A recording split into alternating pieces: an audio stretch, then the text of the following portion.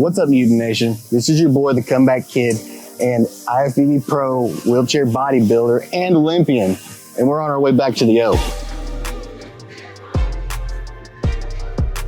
Little backstory on myself. I had a car accident back in May 2010, and I broke T11 in my spinal cord, so which left me nothing from my hips down due to drinking and driving. Don't do that because you get a cool green wheelchair, and trust me, life is not fun with a cool green wheelchair half the time. It's a life-changing experience. But I broke T11, which left me nothing from my hips down. So me having to train is completely different than an able-bodied person. The struggle's real. Having to adapt to every machine, how to work, all that, that's been a job in itself.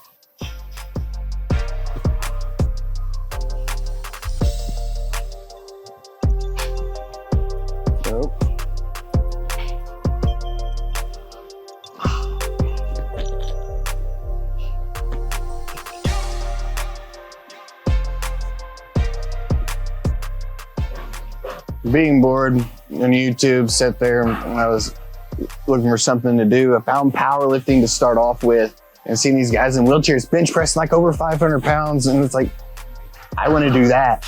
So it's like, I looked in, I had a background in powerlifting in high school, but so I was a little familiar with it. So it was easy to kind of fall into that. But when I was training for that, for like the Paralympics and stuff, because that's really what I was wanting to do. But as bench pressing, wheelchair athlete, that's all you can really do is a bench press.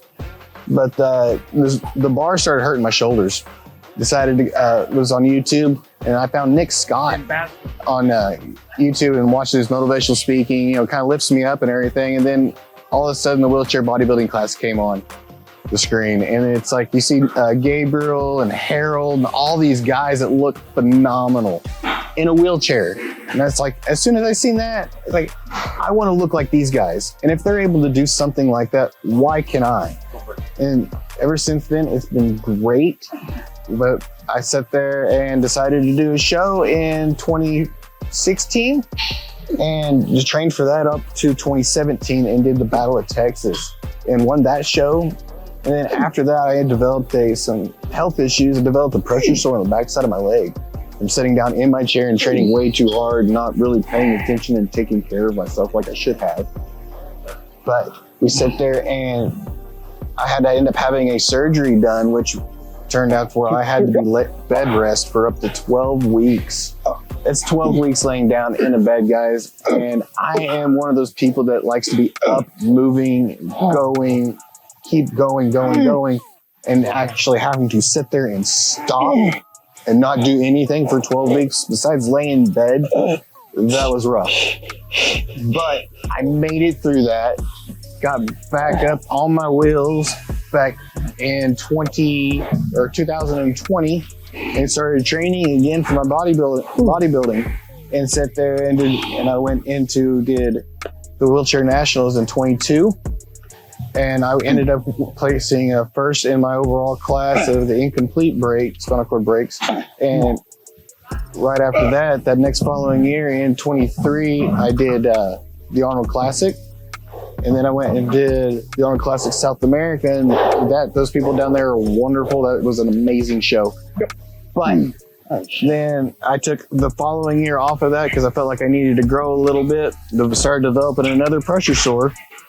So I had to take some time off and I really healed back up from that.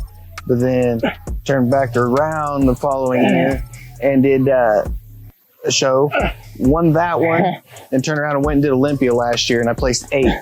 For the first time in Olympia, placing 8th, hey, I am not complaining one bit. Now, stayed in my prep and diet, went into Arnold Classic this year and placed 2nd. So that's leaps and bounds in my opinion, coming from almost the bottom and almost right at the top.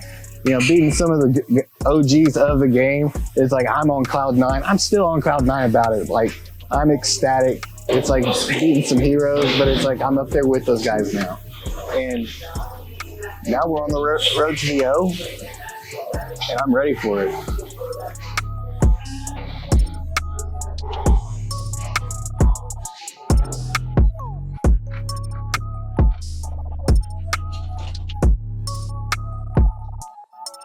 things that I'm super proud of is my overall trophy that's over here on the floor.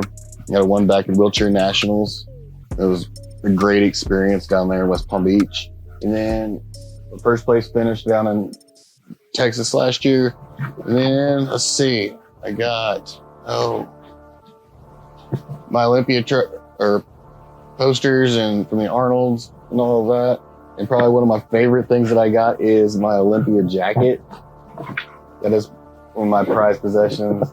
I wear it a lot, but I also kind of keep it hidden and put up, so I don't want to get it all dirty and pull up. These wheels will mess the jacket up quickly. I do have my first place at Battle of Texas, my first show. That's probably one great experience. Had a newspaper article covered it. So.